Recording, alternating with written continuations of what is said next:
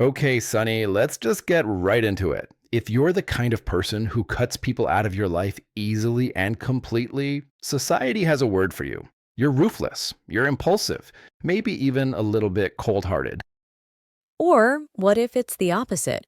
What if cutting people off isn't a sign of being cold, but a sign that you have a high level mindset that most people just don't understand yet? Whoa, okay, that's a total reframe. I've always seen it as a negative thing, like you're not giving people a chance. But you're saying it could be a sign of what? Advanced thinking? A sign of profound self respect. Let's talk about it. Welcome, everyone, to Self-Development Simplified. I'm Sunny. And I'm Alex, and today we're discussing if you cut people off easily, you probably have this high level mindset. So, Alex, you started with the common misconception that people who do this are ruthless. Why do you think society sees it that way? Well, I think we're taught to be loyal, right? To stick with people through thick and thin, to forgive and forget. So when someone just closes a door on a relationship, it feels like they're breaking some unwritten social rule. It seems harsh. Right. And that idea comes from a very common but often limiting way of thinking. It's what we call a scarcity mindset. Scarcity, like there's not enough of something. Exactly. A scarcity mindset in relationships believes there's a limited number of friends or partners available. It makes you hold on to unhealthy connections because you're afraid of being alone. You think, if I let this person go, I might never find anyone else. Okay, that makes a lot of sense. Fear of being alone. So you tolerate bad behavior because it feels safer than having no one. Precisely. Now, the high level mindset operates from the opposite principle, an abundance mindset. Abundance. So the idea that there's plenty of everything. Yes, an abundance mindset believes the world is full of wonderful, kind, and interesting people. If one relationship is draining your energy or consistently disrespects your values, you can let it go with peace. You trust that you will attract new, healthier connections. You aren't afraid of the empty space. That's so true. The family discount on bad behavior. But I want to challenge this idea of abundance a little, Sonny. It's a nice thought, but what if you live in a small town with very few people? Or what if you're an introvert and meeting new people is incredibly draining for you? Doesn't that make the abundance mindset a little unrealistic? You know, Sonny, I'm trying to fully embrace this abundance mindset idea, but I can't help but feel it sounds a bit idealistic, almost like a luxury. What if you live in a very small town where you literally know everyone? The pool of new people is tiny. Or what if you're a natural introvert and the idea of constantly meeting new people is just exhausting? So you're choosing your own well being over the company of someone who brings you down. It's not about hating them, it's about loving yourself more. That is the perfect way to say it. You are, in a very real sense, protecting your peace. That's a key phrase we use a lot. It means you are creating a safe and calm emotional and mental environment for yourself. And sometimes that requires removing the sources of chaos. I like that. Protecting your peace. Okay, so let's dig deeper into this high level mindset. What are the positive qualities of someone who does this? Well, first and foremost, they have extremely strong self-respect. They believe they're worthy of kindness, respect, and mutual support. When a relationship lacks these things, they see it as a misalignment, not as a reflection of their own worth. Okay, strong self respect. What else? They have a very low tolerance for emotional chaos and drama. Think of your energy like a battery. Some people charge your battery, and some people drain it. A person with this mindset is highly aware of their energy levels. They quickly identify the drainers and disconnect from them. That's a great metaphor. So give me a real life example. In a friendship, maybe? Absolutely. Imagine you have a friend who only ever calls to complain. They never ask how you are. After every conversation, you feel exhausted and negative.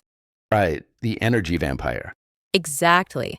Someone with a scarcity mindset might keep answering the phone because they feel obligated or because they've been friends for a long time. But someone with an abundance mindset recognizes this is an unhealthy dynamic.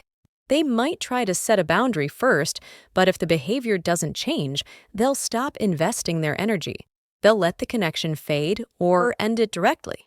And in dating, I can see this applying a lot in dating. Oh, definitely. Think about someone who is consistently inconsistent. They cancel plans last minute, they send mixed signals, they don't respect your time. Yeah, that's frustrating. A person operating from this high level mindset doesn't waste months trying to figure it out. They see the disrespect for what it is and they walk away. They know that the right person for them will show up with consistency and respect. They don't need to chase it. This is incredibly relevant. And it's not just in our personal lives. I can see this applying in the workplace too. That's a fantastic and highly relevant area to cover. The workplace is a closed system. You don't choose your colleagues, but you have to interact with them to succeed. This is where energy management becomes absolutely critical. Exactly, it creates this constant low-level stress. So the scarcity mindset says, I can't risk speaking up, I might get fired, and it's hard to find another job. So you just tolerate it. You complain to your friends after work, but at the office, you say nothing. You let your battery get drained every single day. It sounds like having really clear personal values, knowing what you will and will not accept. That's the foundation of it all. High awareness of your values, your time, and your energy. It's an internal filtering system that keeps your life peaceful. Okay, this all sounds incredibly healthy and mature, but is it always? I mean, is there a dark side to this? A hidden unhealthy reason someone might cut people off? I'm so glad you asked that, Alex, because yes, there absolutely is, and we have to be very honest about the difference. Okay, so what's the unhealthy version?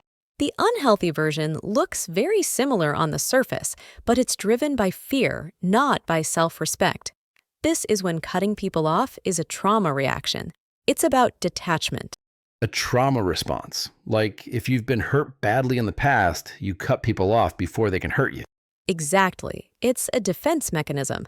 It can also be about a deep fear of confrontation. Some people find difficult conversations so terrifying that they would rather just disappear, ghost someone, than say, hey, what you did hurt my feelings. So it's an emotional shutdown disguised as setting a boundary. Yes, you've hit on the most important distinction. And this brings us to the central question everyone listening should ask themselves if this is their pattern. The question is, ask yourself, are you protecting your peace or are you protecting yourself from feeling? That's a powerful question. One requires strength, the other is based in avoidance. Right. Protecting your peace is an empowered choice about what you let into your life. Protecting yourself from feeling is a fearful reaction to avoid potential pain, discomfort, or vulnerability. So, how can our listeners tell the difference in their own lives? How do you know if you're being emotionally mature or just avoidant? Let's offer some clear comparison points. The first thing to look at is communication. An emotionally mature person will usually attempt to communicate their boundary before they cut someone off. They give a warning shot, so to speak. In a way, yes. Their internal language might be, this behavior is not okay with me. I need to address it. They might say something like, when you cancel our plans repeatedly, it makes me feel like my time isn't valued. For our friendship to work, I need more consistency. Okay, so they state the problem and what they need. And the avoidant person, The avoidant person feels that same frustration, but their internal language is, this is so annoying, I can't deal with this. And instead of communicating, they just stop replying to texts. They disappear. The cutoff is the first step, not the last resort. that's a really clear difference. Communication. Versus silence. Another point is the feeling afterward. When an emotionally mature person cuts ties, it's often painful and sad, but there's also a sense of peace and relief. They know they made a hard but necessary choice for their well-being.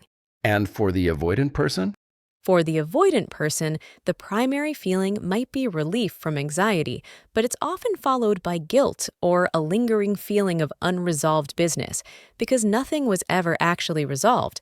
They just ran away from it. that's a very insightful point. Let me add a third distinction. The story you tell yourself afterward. Okay, this is getting really practical. So let's say someone recognizes they need to make a change. They want to protect their peace, but they don't want to just ghost people. How can you set these boundaries without burning bridges? That's a fantastic expression, Alex. For our listeners, burning bridges means ending a relationship, professional or personal, in such a negative way that you can never go back to it. It's about creating bad feelings. Right. You want to close a door, not set the whole house on fire. Exactly. The key is calm, clear, and honest communication that focuses on your needs, not their flaws. You use I statements. For instance, instead of saying, "You are so negative," you could say, "I find that I feel very drained after our conversations lately. I need to take some space for myself." So it's about your feelings, not attacking them. What's another phrase people could use? If you want to try to save the relationship, you can be more specific. You could say, "Our friendship is important to me, but I can't continue to be available for last-minute plan changes. I need more predictability." This is drawing the line. Drawing the line. That's another good one. It means setting a clear limit. Yes, you're showing them exactly where your boundary is. They then have a choice, respect the line or not. If they don't, then cutting them off is no longer an impulsive reaction. It's a logical consequence that you have every right to enforce. So a conversation is a better first option than a cutoff in most cases. In most cases, yes. The exception is if a person is abusive or makes you feel unsafe. In that situation, you do not owe them an explanation. Your safety is the priority, and cutting them off immediately is the healthiest choice. Sunny, we've talked about friends and dating, which are relationships we choose. But what about the relationships we don't choose, like family? That feels like a much harder area to navigate. You've hit on the most difficult and emotionally charged part of this entire conversation, Alex. Family is where our deepest loyalties and oldest wounds reside. The idea of cutting off a family member feels almost taboo, like a violation of a sacred contract. Right, because with friends, you chose them, but family is, well, it's family. There's a sense of unbreakable obligation. So, how does the high level mindset apply here? Is it different? That's a very important clarification. So, we've gone from cutting people off being ruthless to it being a high level mindset to understanding the unhealthy fear based version. It's a lot more nuanced than I thought. It is, and the main message for everyone listening is this. This is not about hating other people. At its best, this practice is a profound act of self-love. It's about knowing your worth, valuing your energy, and having the courage to create a life that feels good and peaceful to you. It's about curating your own life, including the people in it. So, we want to pose a question to our listeners today. Think about a time you ended a friendship or relationship. Looking back now, do you think you were protecting your peace or protecting yourself from a difficult feeling? That's a beautiful question for reflection. Let us know your thoughts in the comments. We'd love to hear from you. Thank you for joining us on Self-Development Simplified. And as always, remember, your peace is your priority. Take good care.